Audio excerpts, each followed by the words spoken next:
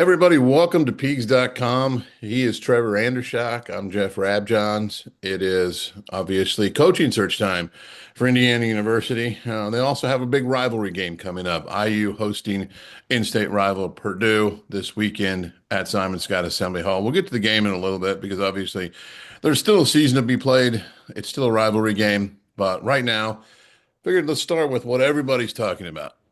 Who's going to be the next Indiana head coach? How's the process going? We're going to dive into a little bit of explaining how the process works. I think people have had some questions that uh, lead to believe there's a little bit of confusion out there, shall we say. So we're going to try to sort of explain some things about how the process works. Obviously, if you want detailed information on any of the candidates, you can go to Peegs.com. Our hot board is always pinned near the top. It's on the front page, and it'll stay there throughout, so it's easy to find. We're on 3.1 right now because there has been a little bit of information come out. There's been some intel we've gathered behind the scenes that led us to kind of like move a couple guys a little bit. And also, one of the things we're doing is in the hot board, there's a section at the top. You'll see the person's name and then whatever news has happened, like intel we've gotten, statements they've made, whatever. There's really good intel. So the hot board is not just a listing of like who are, known candidates or potential candidates. It's a really quick resource to get what has happened with Dusty May? What has happened with Scott Drew? What has happened with Mick Cronin? Whoever. It's a really good section right at the top under each person's name. So you can go there if you need a refresher at any point in time, pull it up, go to the name, whatever is news or intel that we've gathered is right there near the top. So that's something that I think is a really helpful resource. And a lot of people have commented that they really, really like that. Now let's jump into some names. I guess should we start by just recapping quickly the Brad Stevens situation? Should we start there just to recap that and then we can move on? What do you think? Yeah, I think that's best since he was the name that everybody wanted and has been the Right. name for the past few coaching searches as well. And, you know, Jeff Goodman broke it on Twitter that, Brad Stevens, who he knows very well from both being, well, now Brad Stevens is a Boston guy, calls himself a masshole. So both of those guys have developed that Boston relationship. It's not just a random reporter reaching out to Brad Stevens asking for a comment about the IU job. He ends up telling Jeff Goodman that he is not a candidate for the IU job. He is happy with the Celtics. He's going to stay with the Celtics. And a lot of people thought there was wiggle room with that. Behind the scenes, we have enough info that there's not much wiggle room there. And this should be almost a definitive stop to the IU and Brad Stevens conversation at this point. Obviously, something could massively change, but right now we don't see that happening anytime soon. Yeah, and just to give people a little background, Jeff Goodman and Brad Stevens have known each other since Brad Stevens was an assistant coach at Butler. When he just really was just getting started, he was volunteer, then he was an assistant coach. So that's a relationship that has what are we talking now? Pushing 15, 16, 17 years behind it, something like that. So Way if more there than was that. if there was anybody that Brad Stevens was going to talk to, I would have bet everything I own, everything I could borrow that it's gonna be Jeff Goodman. They have that kind of relationship. It's just how it works. So that was not just, I know some people were like, oh, it's one tweet from one college basketball reporter. It doesn't mean anything. Well, there's a little more to it than that. And it would be truly stunning. I never say never in coaching searches. It'd be truly stunning for Brad Stevens to screw over his best friend in the media who covers college basketball and then return to coaching college basketball. That doesn't add up. And like you said, there's also other intel that we gathered that like there's nothing happening. Now, if it changes, hey, we'll report the changes and everybody will be, very excited. As of right now, Brad Stevens is off the hot board for the time being. And I get yelled at by some people for even saying for the time being. There's some people who are like, Rabbi, tell everybody it has zero chance. I try to stay away from never, try to stay away from 100%, try to stay away from 0%, but it's not somebody to consider right now. And I do see why Indiana fans who want Brad Stevens to be the coach would dive into that quote that he gave Jeff Goodman and say, hey, this is not a very strong denial. every other coach with a, current job is going to say something similar.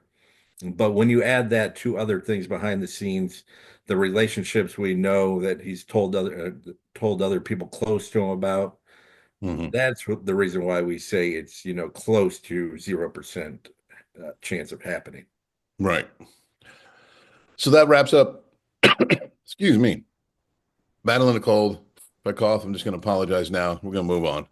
That wraps up Brad Stevens. Let's go. Let's go to some other names. Dusty May. I find Dusty very intriguing. And it's not just that he's been to the Final Four. He runs really good stuff. He built a program. I came up under some good guys. Um, to me, the one thing that stands out the most is actually he goes to Florida Atlantic. They haven't had a winning season for 7 years. Not a winning season.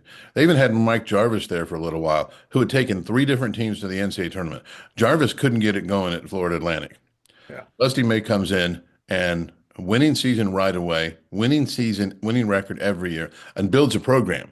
That's what jumps out to me. He built a program. He had a clear plan. What kind of players do I want? What kind of guards do I want? Obviously, Trevor, Nellie Davis, John L. Davis, his recruitment, his history, as well as anybody out there. But that's what really stood out to me. Dusty May went to a place where people hadn't won for 7 years, where they'd had people who had a track record of having some success, like Mike Jarvis, and Dusty May builds a program that wins. And not only does it win, then he gets to the NCAA tournament, and he's capable of winning games in the NCAA tournament. So those are the things that, to me, there's a lot of stuff to talk about with Dusty May. Those are the things that jump out to me, maybe a little more than just, oh, he went to a Final Four, period, end of sentence. Yeah, on the coaching side of things, getting to a Final Four is very impressive, especially at a place like Florida Atlantic. You hardly ever see that. That's kind of like Brad Stevens' run to the title game in back-to-back years with Butler. But I thought it was even more interesting or more impressive that he made it to the NCAA tournament the year after that with Florida Atlantic. Hmm. These guys are getting pulled in every direction. You have the core of the team back. That's a lot of expectations. Most teams crumble in that situation where they're not used to having that big a spotlight on them. And he was still able to get them back to the NCAA tournament. I thought that was very impressive. And then you go to Michigan and they're fighting for a Big Ten title in year one. I think his coaching resume on the floor speaks for itself. Throw in the IU connections from his managerial days as a student manager. Obviously, a big contingent of IU fans would like Dusty May to be the next head coach. Right now, the contract allows him to get out of Michigan pretty easily, only about a $5 million buyout. We'll see if that changes in the weeks to come. There's a talk of a new contract. Does he up that buyout, add years to the contract? I think that will be a big indication of how serious he is going to look at the IU job. If he adds, a 15 to $20 million buyout, that pretty much means he's going to stay at Michigan for, the next decade or so, Right. if it's his choice. So I think seeing the terms of this new contract, if he agrees to a new contract during the season, obviously he could put that off, saying he's just focused on the season. We'll see how that develops, but I'm looking forward to seeing how that develops in the weeks to come. Yeah, and I think you hit on the key point with the new contract. It's the buyout. That's what you got to look at. Because after his Final Four run at Florida Atlantic, he signed a 10-year contract, 10-year extension, excuse me, left after year one. So years on contracts aren't really that big of a deal if somebody wants to leave. The big thing to look at is a buyout. Another thing with Dusty that I really like is this. There's basically four main areas where you can go get players these days: the portal, international, prep schools, traditional high schools. I don't know if you have to do well in all four. It's helpful to do well in all four. I think you got to do really well in at least two, and you probably want to do well in all three, or three of the four, depending on whether you go international or not. But you look at Dusty May, he's got Vlad Golden, international kid, all Big Ten center caliber player.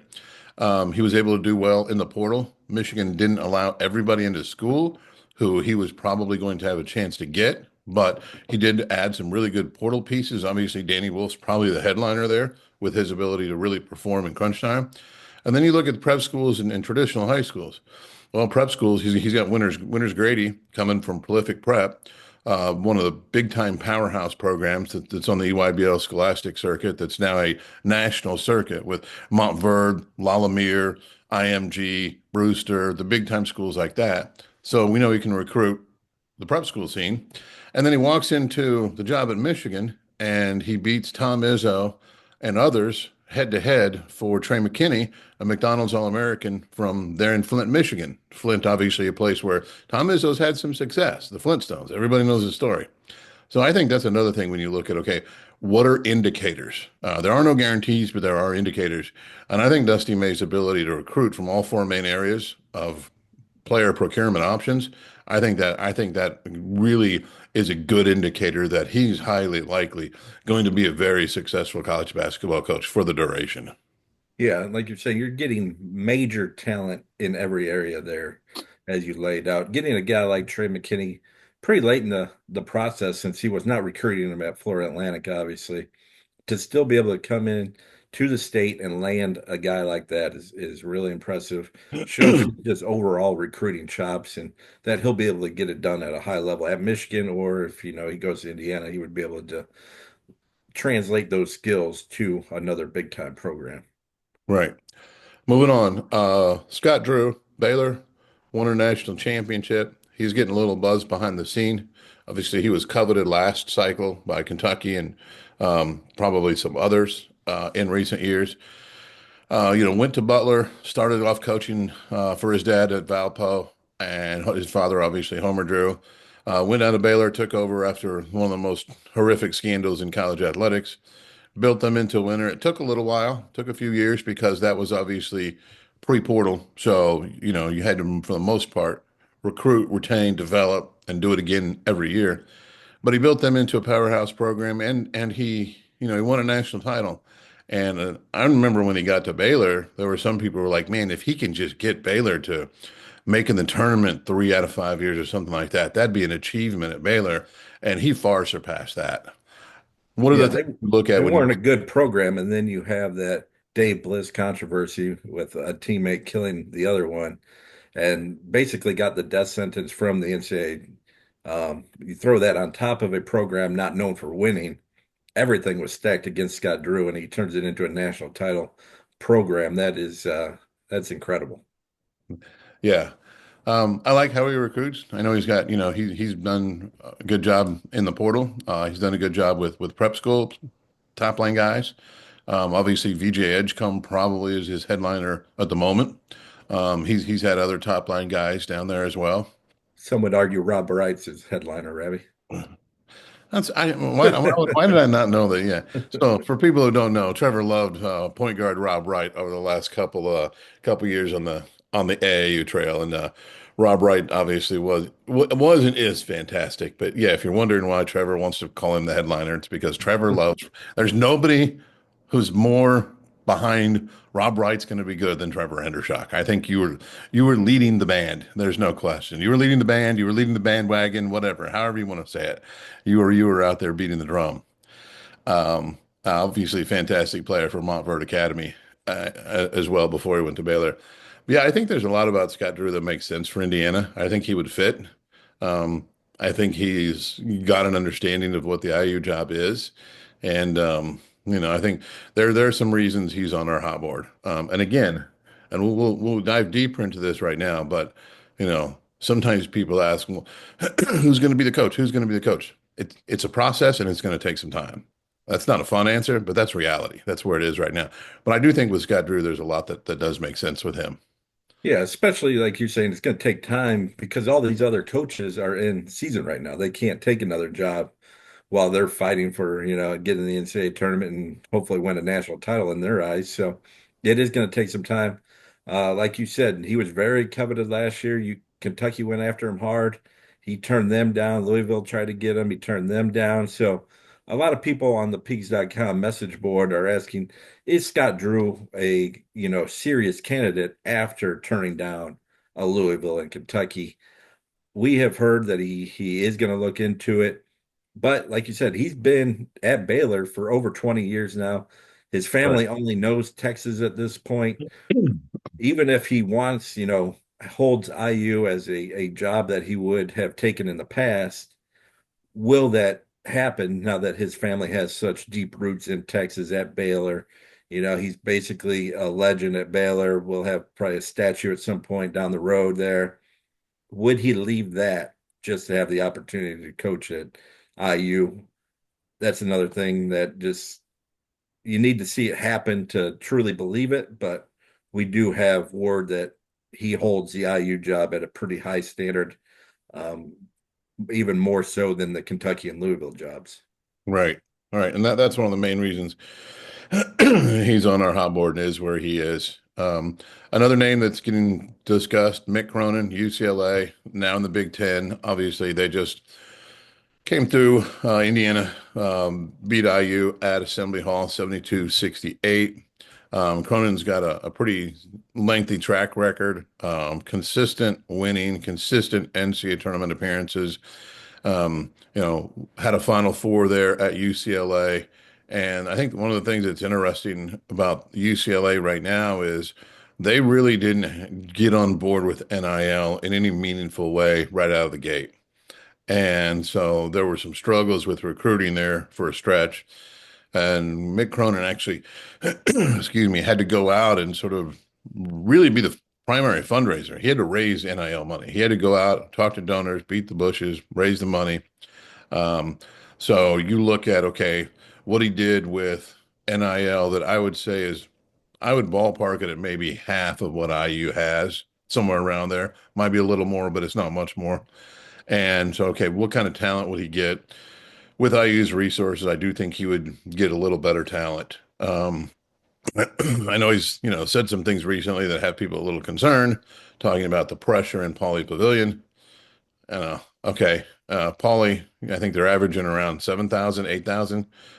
Indiana, when you're winning 17,000 every game. So I don't know if you want to come out and say that there's pressure at Pauley, but I think he's just trying to take some pressure off of his guys and, kind of like deflect a little bit. But what are the things when you look at Mick Cronin, sort of what are the things that, the pros and cons of Mick? Well, like you said, he's a consistent winner. He has his teams in the NCAA tournament year after year. Um, I think the biggest downside is how big or how high is his ceiling. He gets in the NCAA tournament, but I believe he's only been to the Sweet 16 or beyond three times. The one year he makes the Final Four, he was in the final or the first four as well. So they almost didn't even make the tournament that year, then have that miracle run while having the benefit of playing. It was 2021, COVID year. All of the NCAA tournament was held in the state of Indiana, very low crowd numbers. So basically playing in a bubble and they make that run. How much do you kind of factor in that where he almost did not make the NCAA tournament that year, but then ends up with a Final Four on his resume versus basically not getting past the Sweet 16 in any other year other than that. So I think that's the biggest con. He's getting the NCAA tournament a ton with UCLA and Cincinnati. I believe even with Murray State back in the day, but then he's not getting very far once he is in it. Is that going to be, raising the floor? Is that going to be good enough for IU without really raising the ceiling? Obviously, being back in the NCAA tournament annually would be great for IU, but in the end, the fans want, Big Ten titles and NCAA titles. I don't know if you get that really, firepower with a Mick Cronin type. Right. Uh, Another name that has popped up, Greg McDermott, Creighton. Obviously, he's built them into a perennial NCAA tournament team. Um, Pretty good postseason success. They've made the NCAA tournament. I think it's 6 of the last 7 years. Would have been 7 of 8 if not for the COVID cancellation. Only makes about 2.9 million, so obviously Indiana would be a big raise. He runs good stuff. His teams are usually ranked well in offensive efficiency numbers that are important to look at as far as stylistically. How does a coach run a team? How does he run an offense? How does he play? And the other thing is, there was word that he was looking around just a year or so ago. So he's somebody whose name has popped up. He is 60. Um, Now, age is relevant to a degree, but also it's health and vibrancy. Um, you can look at Kurt Signetti, and he's healthier and more vibrant than people 10 years younger. So I don't know that 60 matters that much. Maybe mean if you did hire somebody who was 60, the shelf life might be closer to 6 to 8 years than somebody who could be there 10, 15, 20. But the biggest thing is, IU's got to start winning. When you look at Greg McDermott, what are pros and cons you see with him? Well, the first thing that stands out would be a total shift from what IU fans have seen with Archie Miller and Mike Woodson. McDermott really likes to shoot threes, get up and down the floor, kind of offense first instead of defense first with Archie and Mike Woodson. So it would be kind of a 180 there in terms of stylistic play. Obviously, he has had great success with Creighton, like you mentioned. The downside is his short tenure at Iowa State. I think it was only 3 years, losing seasons in each. Mhm. Could not get it rolling there. Moves to Creighton, brings in his son there, and they kind of build the program from there. But it's hard to even though it was a long time ago at this point, it's hard to overlook his lack of success at Iowa State when you're looking at a guy to come into IU, build a program, and get this really rolling to a Creighton level or higher. It's just it's impossible for me to overlook what he did at Iowa State. Sure, sure. Some other names that have popped up, lesser amount. Some people have mentioned Chris Collins at Northwestern. Some people look at the fact that he took over a program with that never even been to the NCAA tournament, got them to the tournament, got them to where they've won NCAA tournament games. They are routinely competitive, not always, but a lot of people look at it, okay, it's not just what did you do, but what are you doing relative to your program's norm over the past 10, 20 years before you got there. And Chris Collins certainly has elevated Northwestern basketball to a level they've never been at before. His resume doesn't jump off the page, but when you look at, okay, what was Northwestern on average the 20 years before Chris Collins got there? What's it been like during his tenure? There's certainly, that's way above the norm. I think that's why some people in the basketball industry look at him. I don't look at him as a primary candidate right now, but he's somebody who some people have mentioned. Um, there's been a little bit of mention about Brad Brownell, who obviously Indiana native at Clemson, has them nationally ranked this year. They just beat Duke, went to the Elite Eight last year. So some people are looking at not just his entire body of work, but okay, what's he doing during the NIL and portal era? I still wouldn't call him a main candidate, but he's getting mentioned. You got Ben McCollum, who's looked at as one of the hot young coaches at Drake. Um, and then you hear a little bit of, some other names. I think getting Grant McCaslin out of Texas is going to be extraordinarily difficult. Obviously, Will Wade's going to get a high major job at some point in time. He was at LSU, had some bumps in the road there. Now is at McNeese State, and McNeese is winning and dominating their league. A few people have floated out Rick Pitino. I don't see that. I think that would be just way out of left field, but you never know. So who are some of the guys who you look at, or what are the things you look at sort of when you look at sort of the rest of the list, should we say? We haven't mentioned Buzz Williams yet either, down at Right. Texas A&M, having a great year. It seems like he likes to move on after 5 or 6 years, and I think he's in year six maybe at Texas A&M. So he might be looking to move on from there, even though they're a top 10 team in the country right now. I have heard his name kind of be bounced around by a few different sources here. So I think you would keep him on the front burner of potential coaches for now. Kind of getting back to Chris Collins at Northwestern, it was interesting because they did kind of take a step back when he was first hired from the Carmody days at Northwestern. They were winning a decent amount there under Bill Carmody.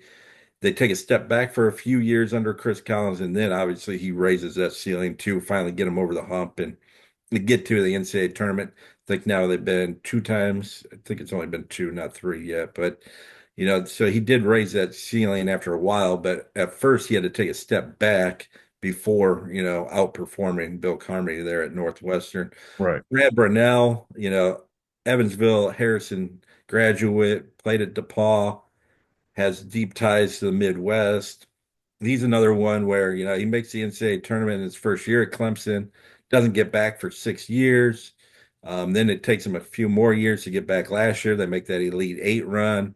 Now they're contending for ACC title this year. So, like you said, in recent years, his resume looks really good. Do you kind of ignore those down seasons when he was on the hot seat multiple times at Clemson? Um, Right. that'll be something to definitely look into a little bit closer. But right now, outside of the top of, Dusty May, um, Scott Drew, Mick Cronin, and then I'd probably throw Greg McDermott in there. I think my next one would be Buzz Williams, just from his overall coaching resume. He's gotten it done at Marquette, Virginia Tech, and now Texas A&M. So I think he would be another solid candidate. How much he raises your ceiling, I think that's kind of up for debate again, but he definitely would raise the floor of an IU program. So I think those are the main ones that obviously I would love to see, like a Will Wade, see what he would do with IU resources. But we mentioned a few times on the board, he's kind of on the outer edge of the, you know, outside of the coaching search right now. Like he would be a guy that I look at very far down the road and really have to investigate exactly what went down at LSU before they gave him a real chance. Right. I do think Will Wade's going to win somewhere. I really do. I understand various universities have their own um, protocols, if you will, as far as like what they want on their coach's resume, what they're willing to accept and not accept. So we'll see. But yeah, he's not a main guy right now. Buzz Williams is interesting.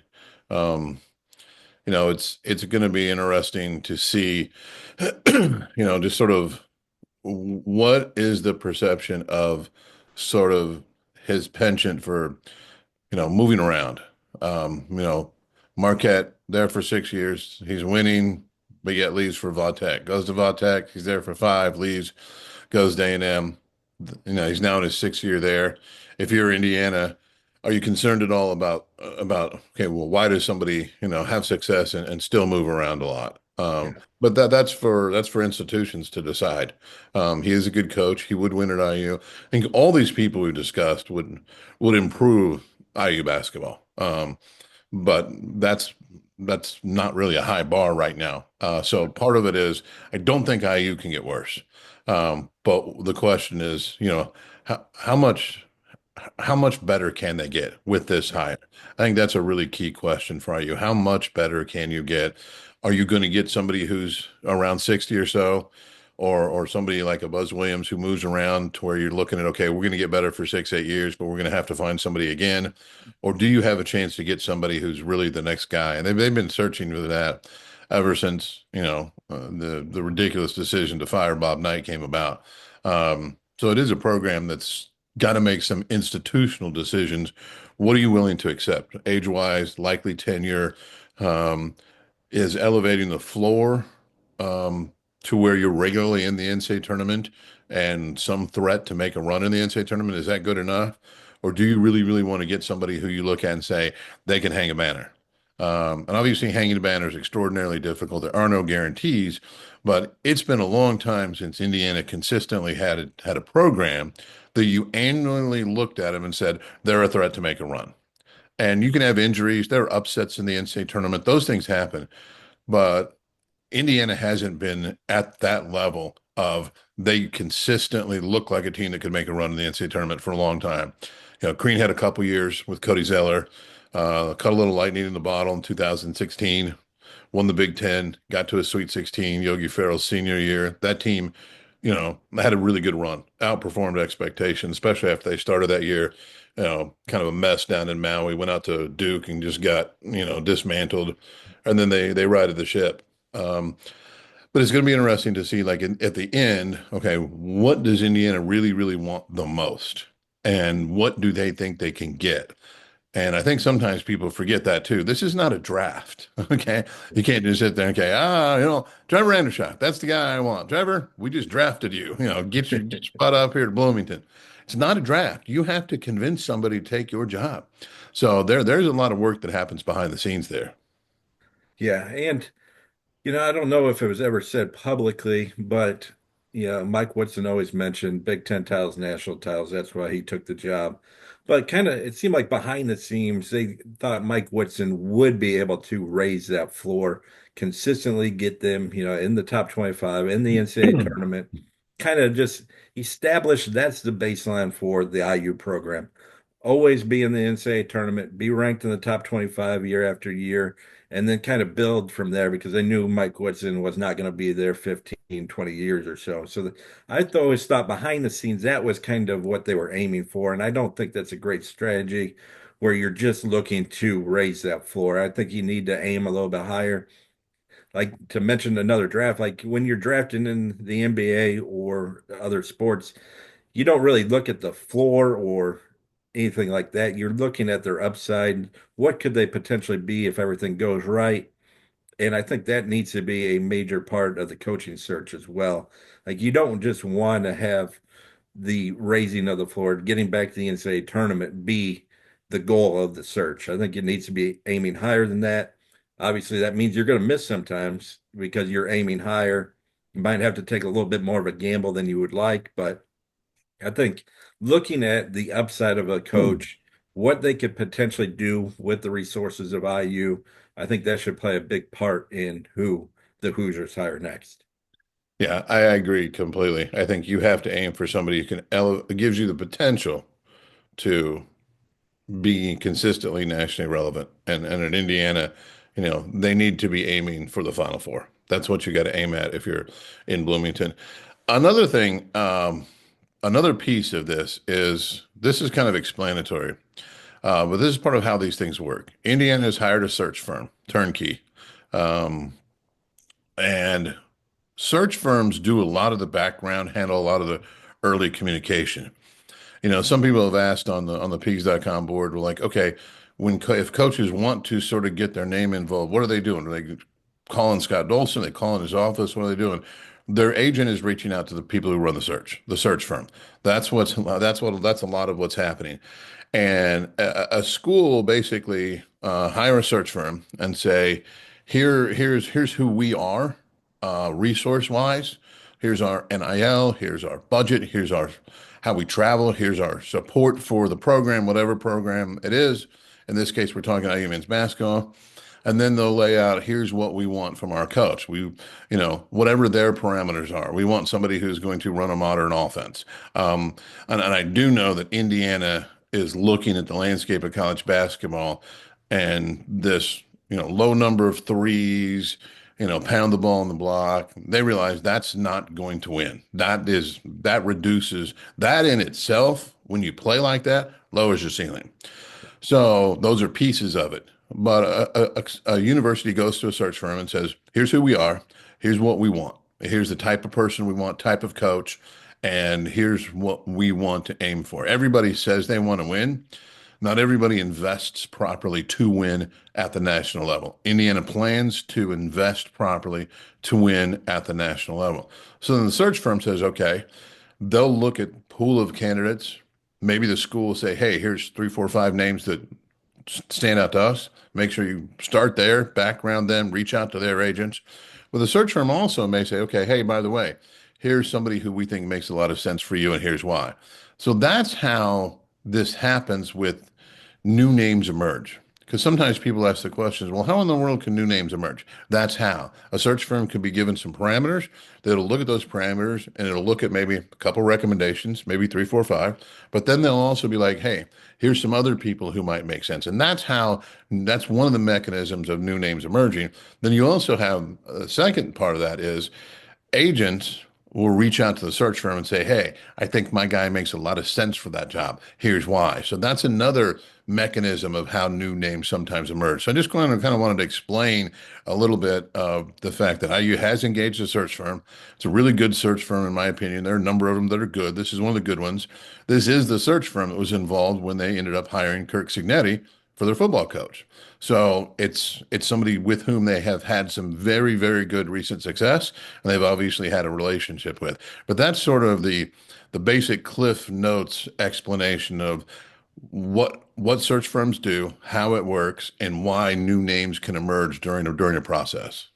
And you mentioned this, but I think a big thing, especially with what IU's trying to do, is the background checks, the investigating their past, seeing if there are any red flags that are not publicly known, really dive into the things that are publicly known to get the full story, get the full information for Scott Dolson, who ends up making the final decision. I think a lot of times people see, oh, they hired a search firm, they're basically going to handle everything. AD is going to sit back and just take whatever they say and hire that person. But as you explained, that's not how it works in 99 out of 100 cases. Scott Dolson will be in charge of this. They're kind of feeding, the background information, doing all the legwork, setting up the contacts, like you said, so that Dolson can have an easier search and an easier time making those connections, seeing who exactly fits well before starting, if there is an interview process, starting the interview process from there. So I do think that the background information that a search firm can give a program is the biggest thing in my eyes that they do. Yeah, I agree completely. 'Cause even if you as an institution have your list of 10, we're going to pick one of these 10. You want to search for in the background of them. And background is deep background. A lot of these search firms, they have former FBI guys, law enforcement types there who really know how to do this at a very, very serious level. I know there are a couple times schools have even had search firms who, had their investigators, go different places, talk to people in person, like, hey, you know, is there anything that's in this person's background?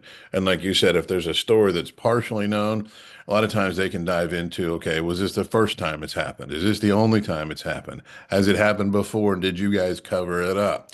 And a lot of times those investigators find stuff that never becomes public, doesn't have to become public, but that's part of what they do. That's a really good point you made. Um, so to wrap things up, that's where the search is right now. That's a little bit of the process, how it works. Those are our thoughts on some key guys. I don't think this is going to happen, quickly. It's not going to happen at, the speed of light. It's probably, I think most likely it's going to be after certain guys are, done with their seasons, which for a number of these guys, that's going to be the NCAA tournament. So it's probably, a number of weeks still to go. And there's steps still to be taken. And the other thing about search firms is this, they can do a lot of communication. An AD can talk to the search firm. The search firm can talk to either a coach or a coach's agent. Then the search firm reports back to the AD. And that's where you get these statements where like AD say, we only offered one person the job, which it can be true. It can also be sometimes irrelevant because, okay, did you just sit down with Johnny in a room and offer him the job? No, but you went through the search firm to figure out who would take the job for what money, what would they want staffing and all that kind of stuff. There's a lot of communication that happens. So there are things that go on in the background, even while seasons are happening. And that's another little piece of the process. That reminds me of like a company or organization coming out and saying we had a unanimous vote that we're going to do such and such. But in reality, they had many debates and many negotiations to get to that point where they could say it was a unanimous vote in the end because they didn't take one before when people had, objections and other things. So, like you're Right. saying, they might only offer the job to one person, but they're going to reach out to many and find the best candidate before that. Right, right. So that's where things stand in the Indiana basketball coaching search right now. We'll have a lot more on Peegs.com and a lot more throughout the process. So just want to wrap this up, but make sure check Peegs.com each day. We'll have updates if there are updates. Not every day is going to be newsy. Some days, aren't newsy. And obviously, athletic directors have to do other things. Like part of Scott Dolson's week this week was being at the Big Ten SEC meetings where they're discussing a lot of things nationally, including how the new or future college football playoff format is going to work, if there's going to be a certain number of guaranteed bids for the Big Ten SEC. There are things of national significance that, the business of sports doesn't stop just because you have a coaching search. You still have to do the rest of your job. You just also have to run a coaching search. And obviously for IU, basketball, IU basketball, it's one of the big searches out there. IU basketball, Kansas, Carolina, Duke, Kentucky, some others. But Indiana is one of those searches that a lot of eyes are going to be on it, and a lot of people are going to be paying attention. And it will be interesting to see how this goes. But we'll have regular updates for you throughout the process on Peegs.com. So for Trevor Andershock, I'm Jeff Rabjohns. We'll talk to you soon.